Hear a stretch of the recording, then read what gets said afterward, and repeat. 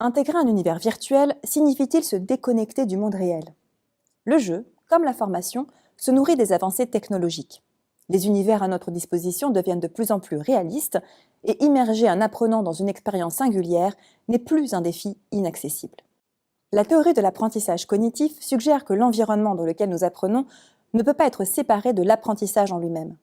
Ainsi, nous devrions toujours apprendre dans le contexte où nous allons appliquer ce qui nous est enseigné. Donc, si vous comptez devenir expert en volcanologie, le mieux serait de directement vous rendre au pied d'un volcan jusqu'à sentir l'odeur de la lave. Ou bien jouer à un jeu qui vous immerge dans un univers volcanique, c'est moins risqué. Le virtuel n'est pas la négation du réel, mais son extension. En jouant, nous explorons des univers concrets qui nous renvoient une image particulière de notre monde et nous font réfléchir plus que bien des œuvres d'art, car nous ne sommes pas de simples spectateurs. N'oubliez jamais que jouer est le propre de l'homme, même si votre enfance est derrière vous.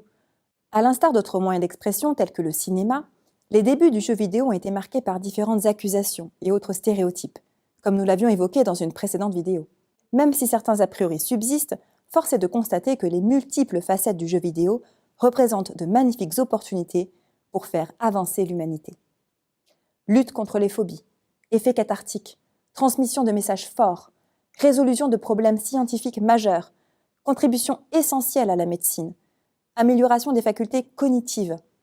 Le jeu vidéo a peut-être plus que toute autre forme d'art une vraie vocation à faire évoluer la société.